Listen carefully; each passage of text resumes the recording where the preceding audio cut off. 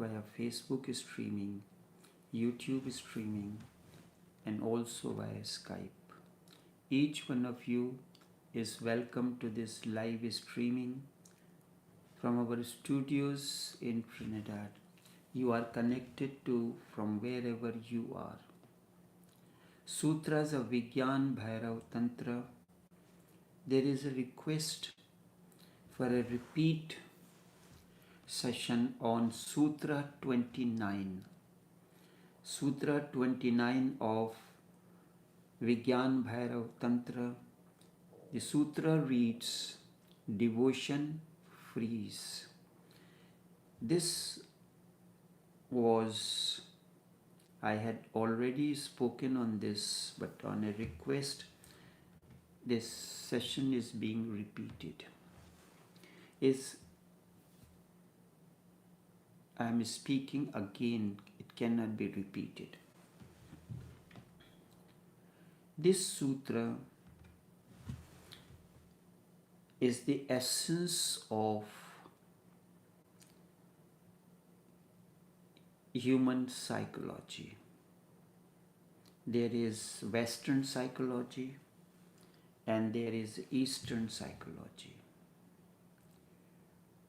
Both psychology is the science of the study of the mind. Psychology is the science of the study of the mind.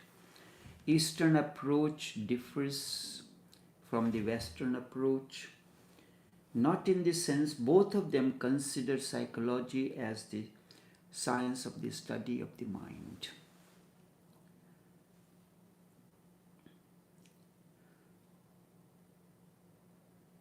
Western psychology, the difference comes in that both work on the mind.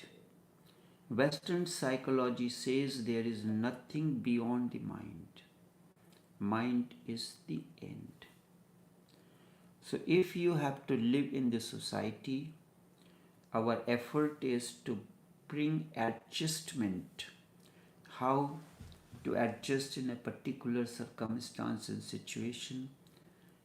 Eastern psychology begins with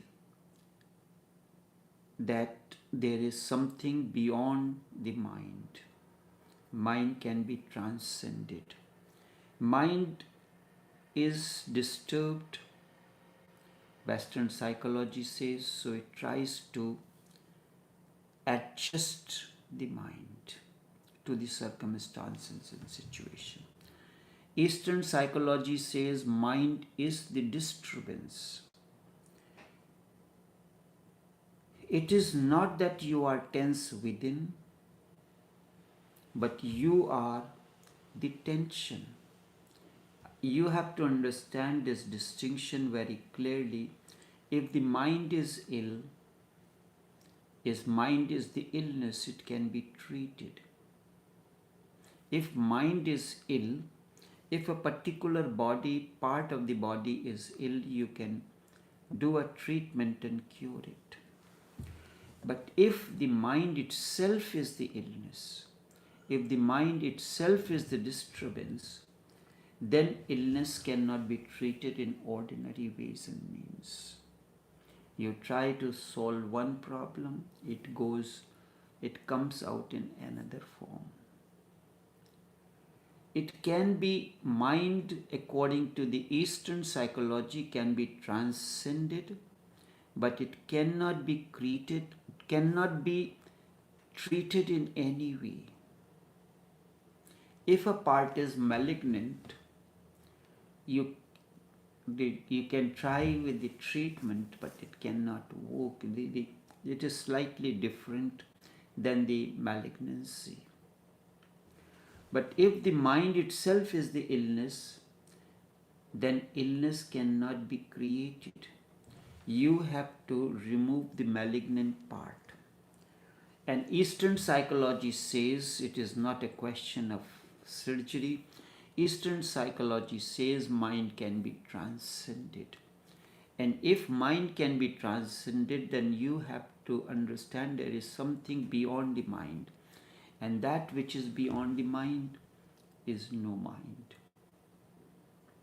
It is only for the explanation purpose.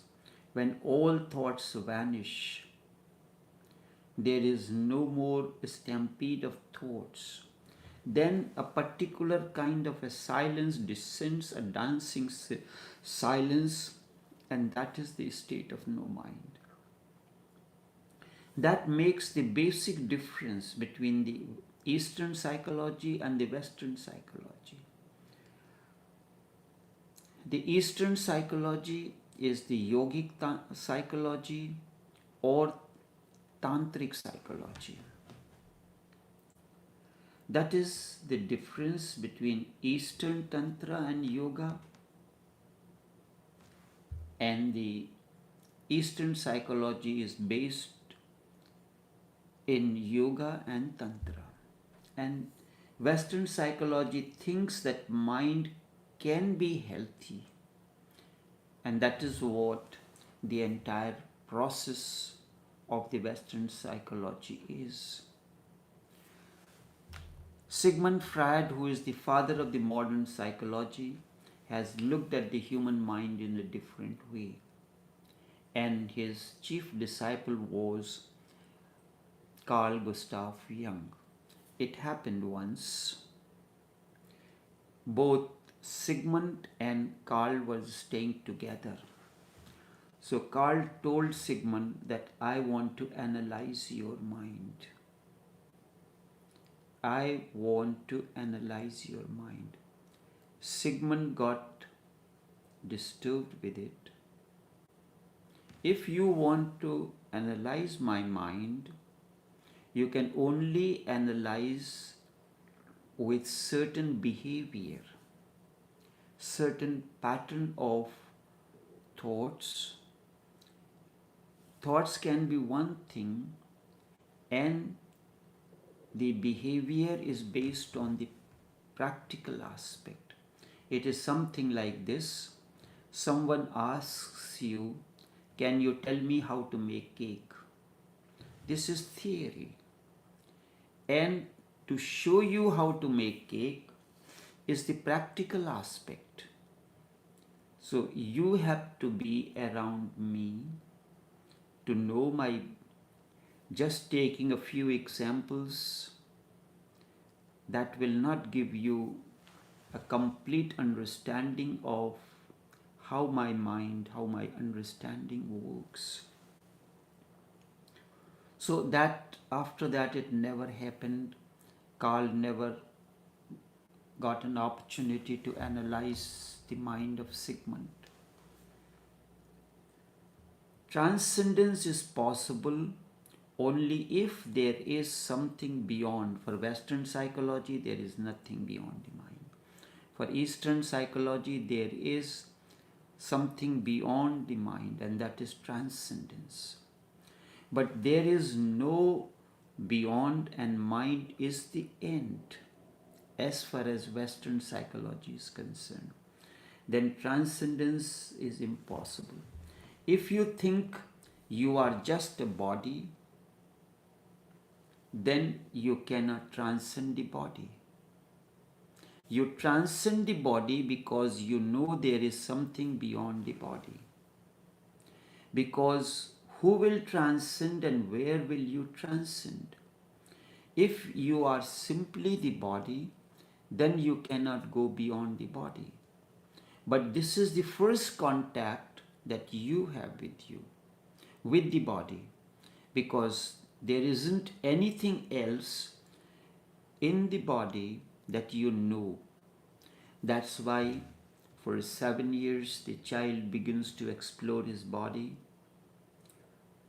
and then next 7 years his emotional body is developed, feelings developed, body is gross, the feelings comes afterwards, then the mind comes in.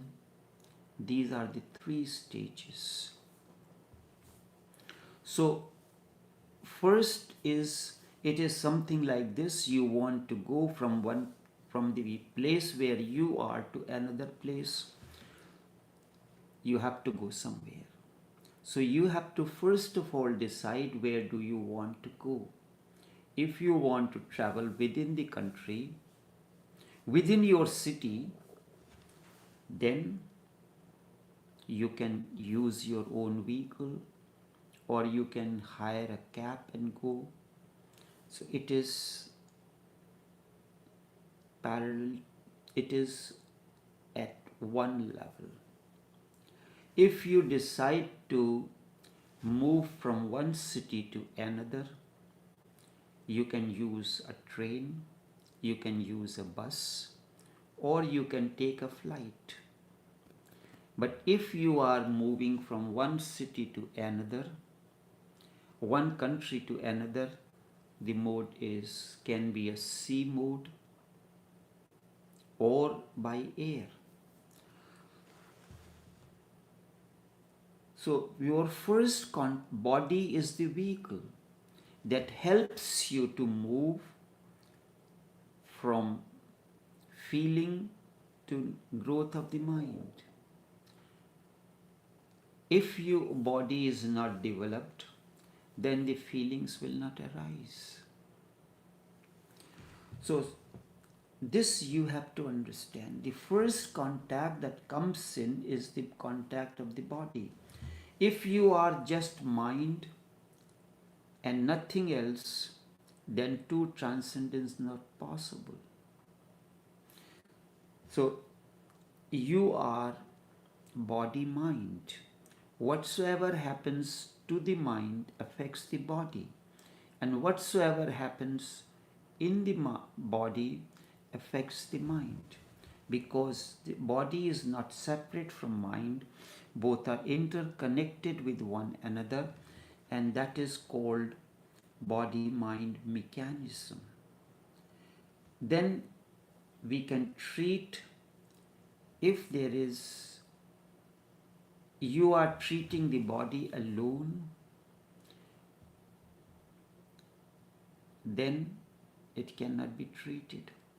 If the body is your vehicle is without the steering, you cannot move. You can start the car, but it will not move because there is no steering to steer you in a particular direction.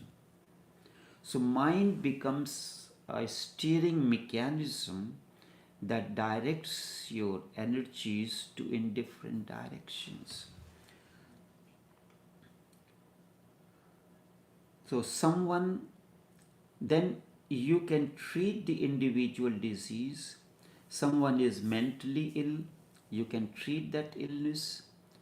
We will not touch the mind, but we will treat the illness and make the mind normal once again.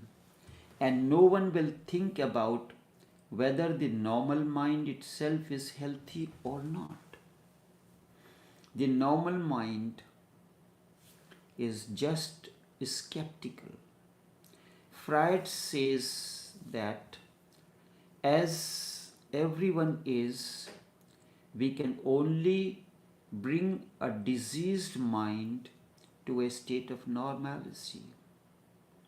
But whether everyone is healthy or not, that question is not raised.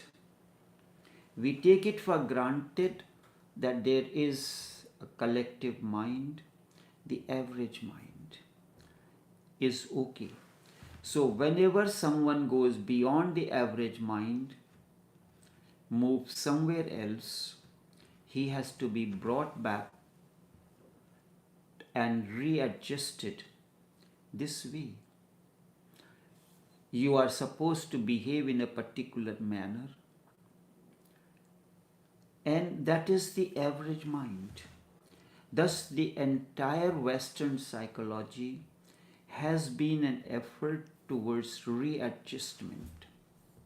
Readjustment to the ordinary mind, the average mind. In this sense, there are thinkers, particularly very intelligent thinkers like Geoffrey, who says that genius is a disease because genius is something which is abnormal. The Albert Einstein is a genius, so according to Geoffrey, it is a disease. If normality is health, then genius is bound to be a disease. A genius is not normal. He thinks in a different way. Now, you will consider me as wrong. When someone asks a question like, can you tell me how to make cake? If you ask a master chef, he will ask you many questions before that. He will rephrase the question. Firstly, you cannot tell something how to make a cake. This is theory. Making cake is a practical, you have to know certain things and then you have to know the practical aspects of it. So he will rephrase, he is genius, he is expert. He will ask what kind of cake you want to make. For cake there is one thing common, you are using all-purpose flour. But you can make cake with other things also. You can make a cheesecake where no flour is used. You can make the cake with the millet flour or sorghum flour.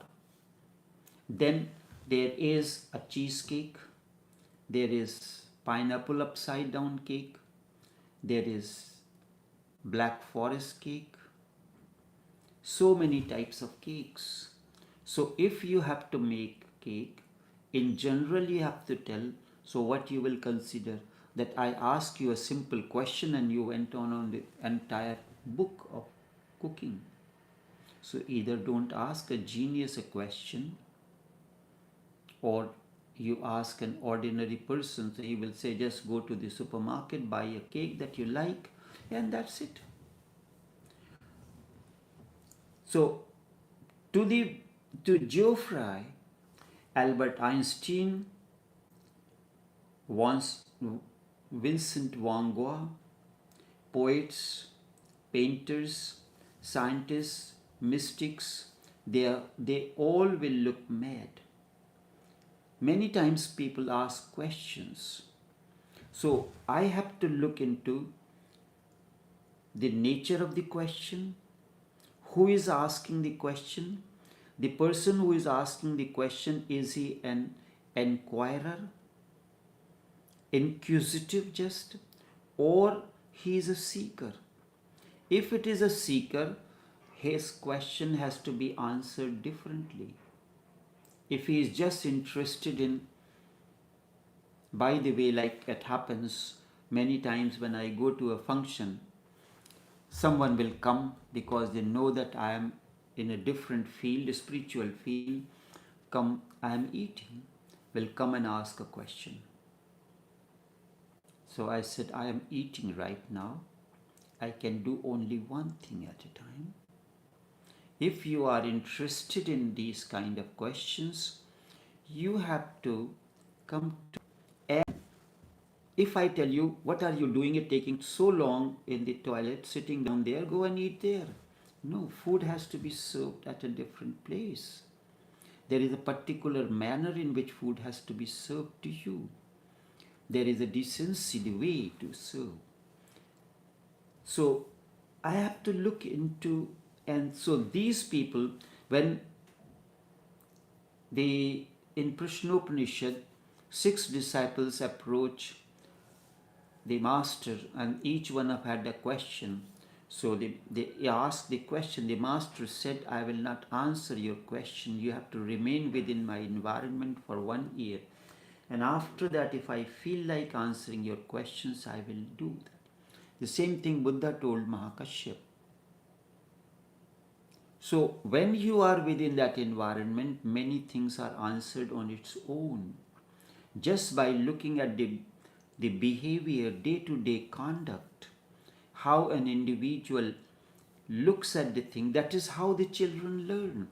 They see the parents, they see the father running the business, how he deals with the customers, and an inquisitive mind learns from that. And that is what it says, that there, if there is a particular craft, a particular profession, the son of that naturally understands this and begins to do that. So they will consider Albert Einstein, Vincent van Gogh, poets, painters, scientists, mystics as mad.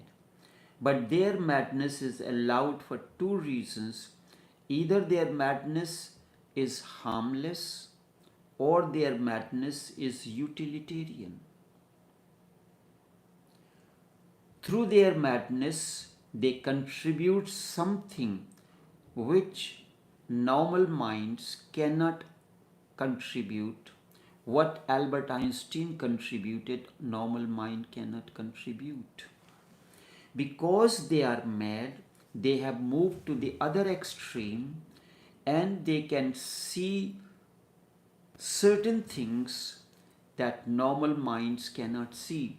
You all go to the bathtub to take a shower. It is normal.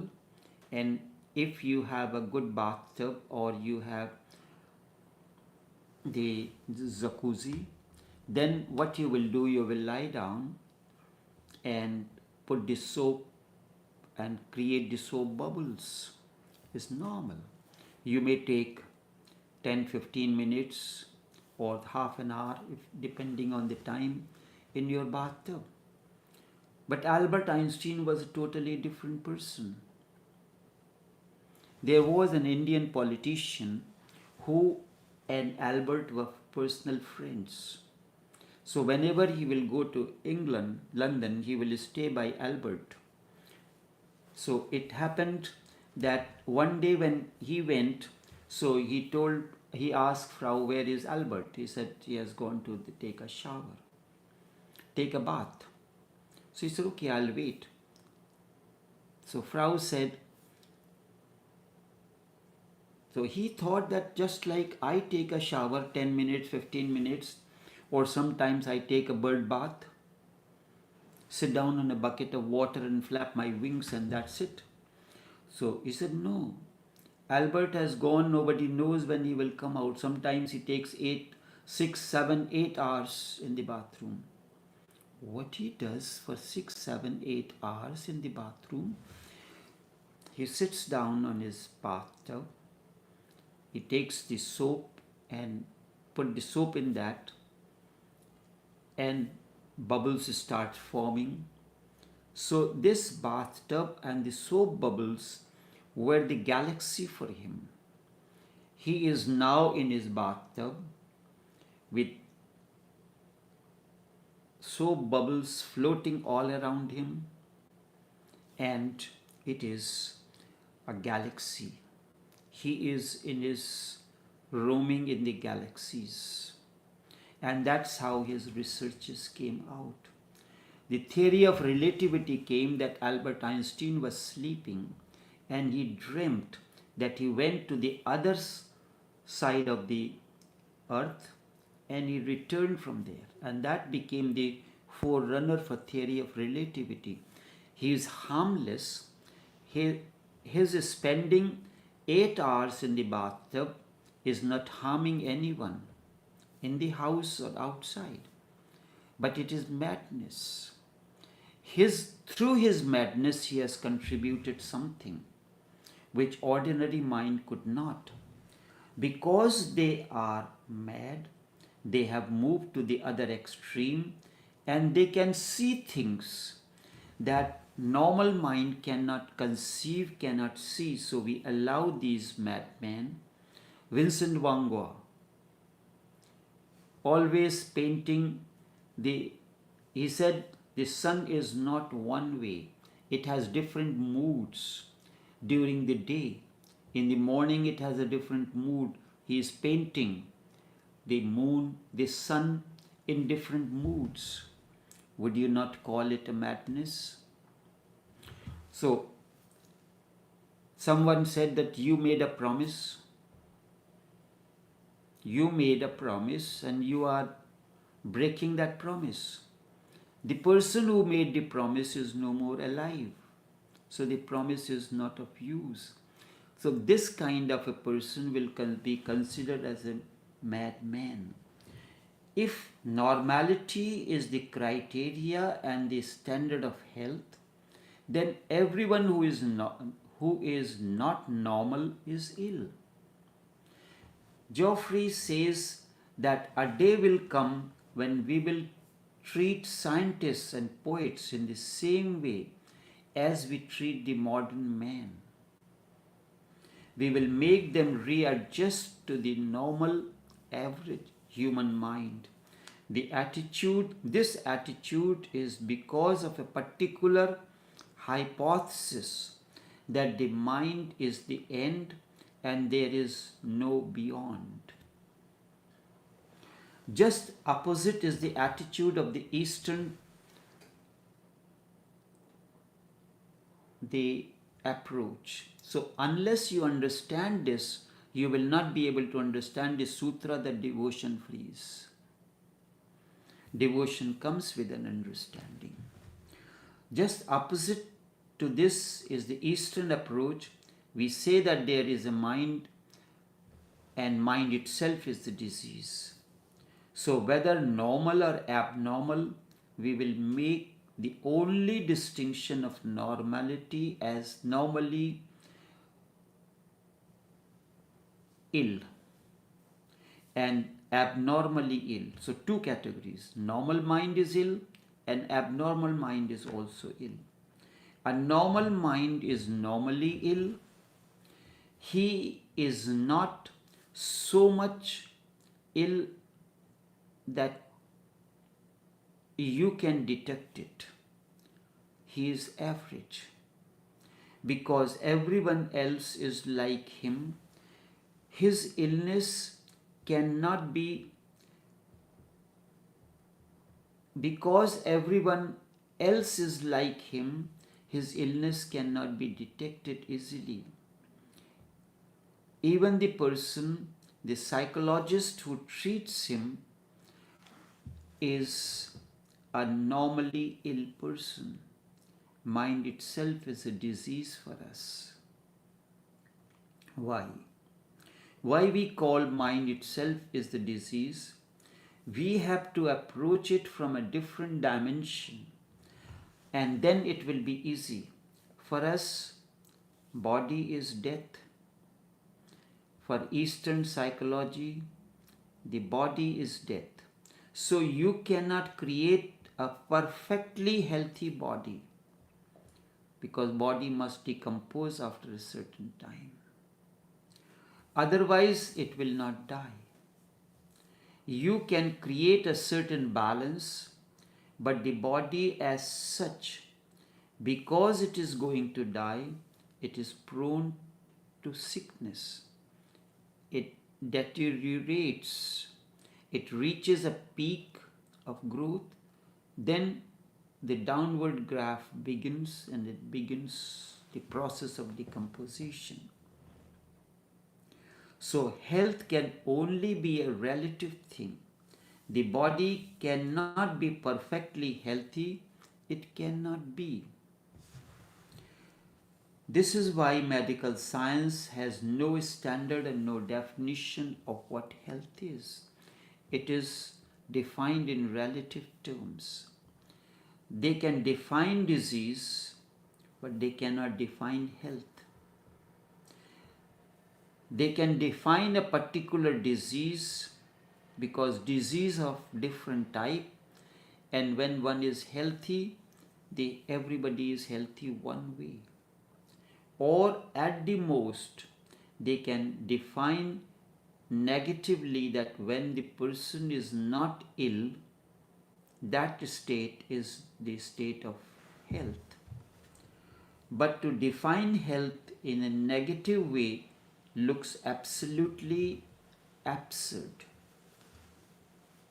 Because then disease becomes the primary thing by which you are defining health. You are defining health through the illness. But health is something different. Health cannot be defined because really the body can never be healthy. Body can never be healthy. Every moment the body is going through a relative balance because death is progressing every moment. With life, you are dying each moment. The moment you are born, the process of death begins. You are not simply alive, you are simply dying simultaneously. Death and life are not two ends far away from one another. They are like two legs simultaneously walking. Both belong to you, like two parallel train lines that are moving together. Legs are moving together. One goes forward, the other remains stationary. The next goes forward, the first one remains stationary. This very moment you are alive and dying both. Death is stationary at this moment, life is moving. Something is dying within you every moment. And within a span of 70 to 80 years, death will reach its goal. Every moment you will go on dying, and then you will die finally. Every moment you are running a race, every moment you are reaching closer to your destination, closer to your goal, and then finally you have reached. The day you were born, the process of death began. Birthday is also, in a way, we celebrate it one way, birthday, not death day. You are coming 1 year closer to death. If you are dying continuously and death is not something which will come to you without, but something which will grow within, then body will never be healthy. How it can be? You can be relatively healthy, manageably healthy. When it is dying every moment, how can it be really healthy? It is the same with the mind. Mind cannot be really healthy and whole because the very existence of the mind is such that it is bound to remain diseased, ill at ease, tense, anxious, in anxiety, and very nature of the mind is such. So we will have to understand what is this nature of the mind. There are three things. One, mind is the link between body and no body, which is within you. What is no body with no mind within you? No body. There is body and there is no body. It is a link between the two. What is body? Material. And no body which is non-material within you. The soul. This is like lamp and the flame. Both are together. Without the lamp, the clay pot, the flame cannot be there. So there are two aspects of it, material and non-material.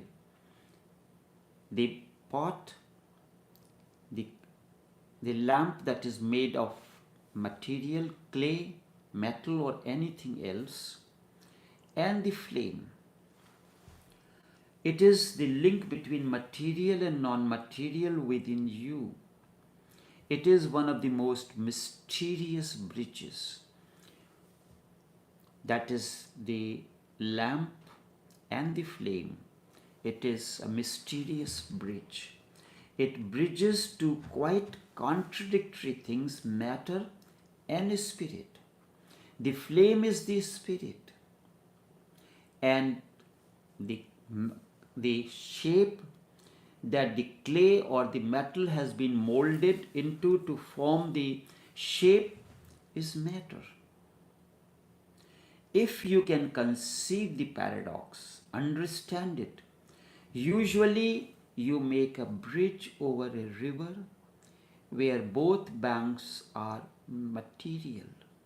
A bridge is made to connect two bridges. In this case, mind is the bridge between one bank, which is material, and the other, which is non-material. So, it is the mind that bridges. You never see the lamp and flame separate. You see as part of one harmony. And how do you know it? It because of the mind. Mind bridges, is the bridge. It bridges as well as it is the bridge between matter and which is non-material, between visible and invisible. Your body is visible, but that which, because of which the body exists, is invisible. Between the dying and non-dying, between life and death, between body and the spirit, or whatsoever you name these two shores, because mind bridges such contradictory things that it is bound to remain tense. It cannot be at ease at any time. It is always moving from visible to invisible. Moving from visible to invisible, from invisible to visible. Every moment the mind is in a deep tense. It has to bridge two things which cannot be bridged. So mind constantly bridges two things which can never be bridged together. That is the tension. That is the anxiety. You are every moment in anxiety. I am not talking about the financial anxiety or the other types of anxieties that what psychology calls it clinical psychology, the consumer psychology, the buyer psychology, and so many other types of psychology. Some define 7 categories, others 15.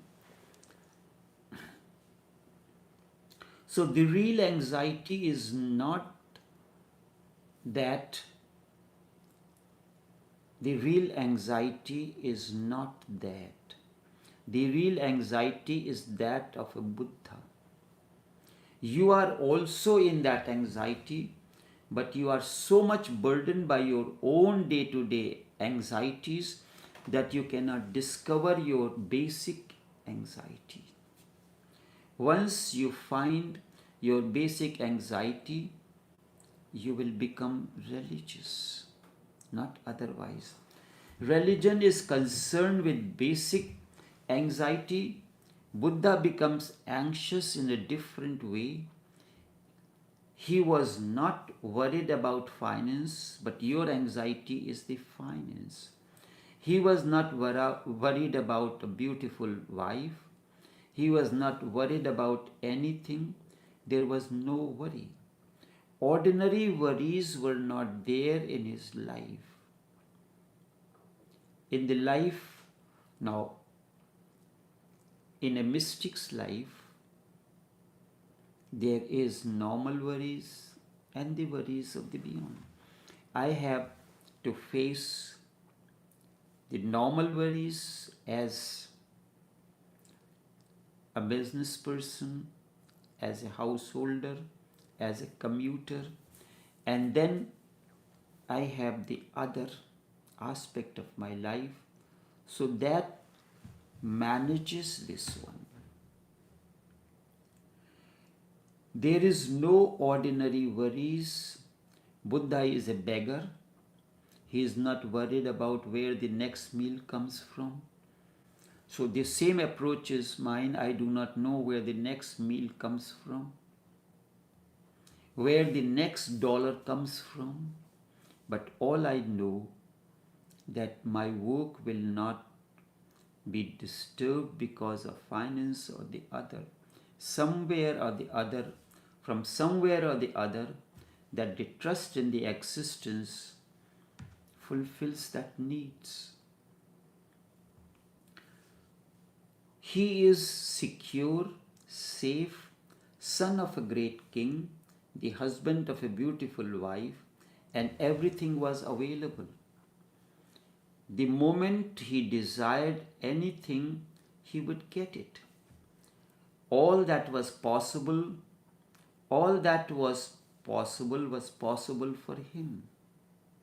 But suddenly he became anxiety-ridden.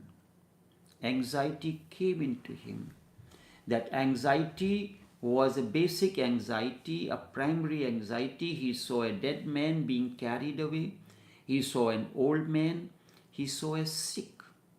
He asked his charioteer what had happened to this man. He was answered that he is dead now. He died. This was Buddha's first encounter with death. So he asked immediately, is everyone prone to death? Am I also going to die? Look at the question. You may not have asked this question. You may have asked, who has died? Buddha did not ask who has died. A rich man, a politician, or a man, or a woman, or who died. He asked, why has he died? He did not ask. Or might have said that he looks too young and this is not the age to die. This is what we say. Oh, he was quite young. He should have not died. But he died. Those anxieties are not basic anxieties.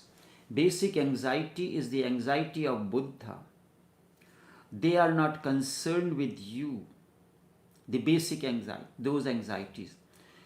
You may have felt sympathetic towards that person, that he was too young to die.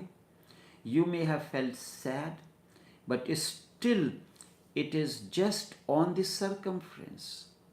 That anxiety has not touched your innerness, and you will forget within a few moments or something else. Buddha turned the whole question towards himself and he asked, am I going to die? The charioteer, the driver said, I cannot lie to you. Everyone is prone to death. Everyone is going to die. Buddha said, then three questions were similar. What happened to this man? He is old. Does everyone get old? Have you ever asked a question like this? This is a basic question.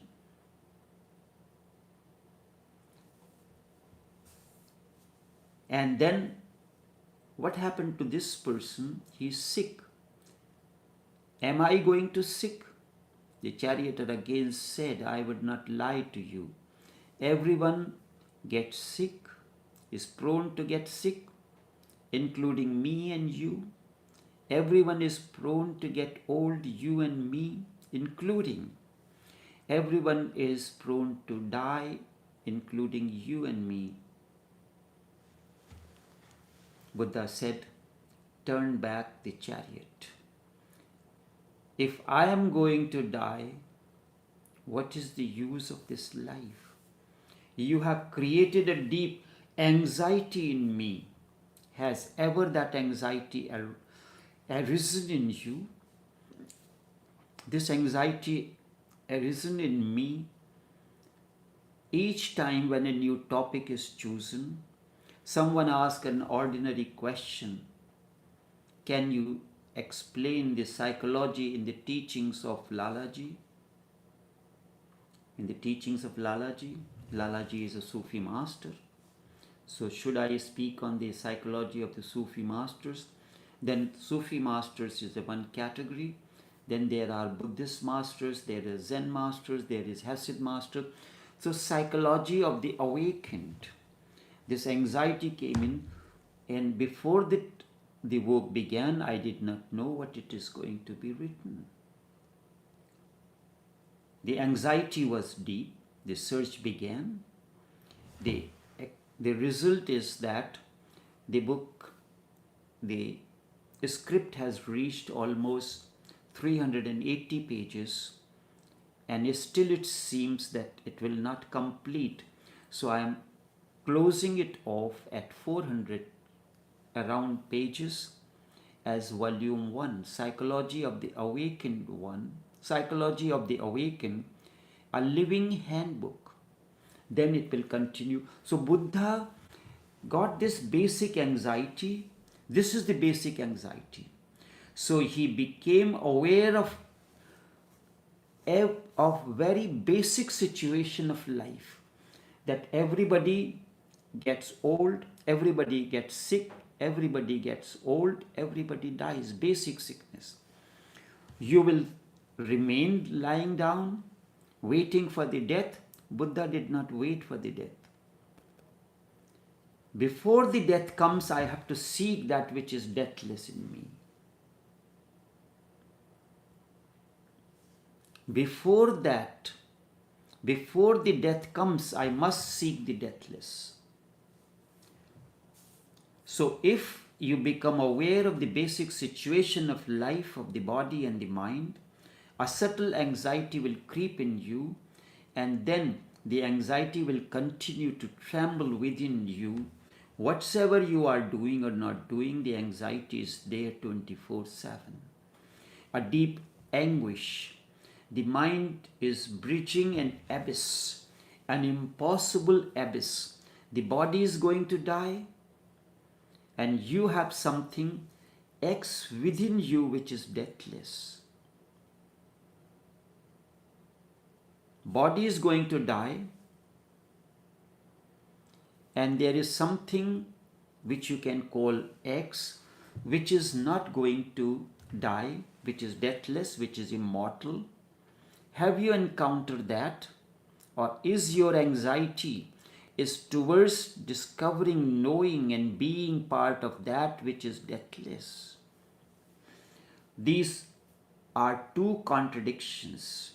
It is as if you are standing in two boats which is moving in opposite directions. Life and death are like two boats moving in opposite directions. Then you will be in deep conflict. That conflict is the conflict of the mind. The mind is between two opposites. That is one thing. This is the first aspect. Secondly, mind is a process, not a thing. Mind is not something that it is a process. Thought is a process, is not stationary. The word mind is a false notion. The river is a false notion. That's why Hermann Hesse introduced a new term, rivering, constantly moving. Heraclitus says you cannot enter the same river twice. You say that I have been entering in the river again and again. You are the mind that Western psychology want to study. It appears, the word mind is a false notion. When we say mind, it appears that there is something which is like a mind within you, something tangible. There is nothing. Mind is not a thing, it is a process. So it is better to call it minding. Better to call it minding, not mind. We have a word in Sanskrit that is called chitta.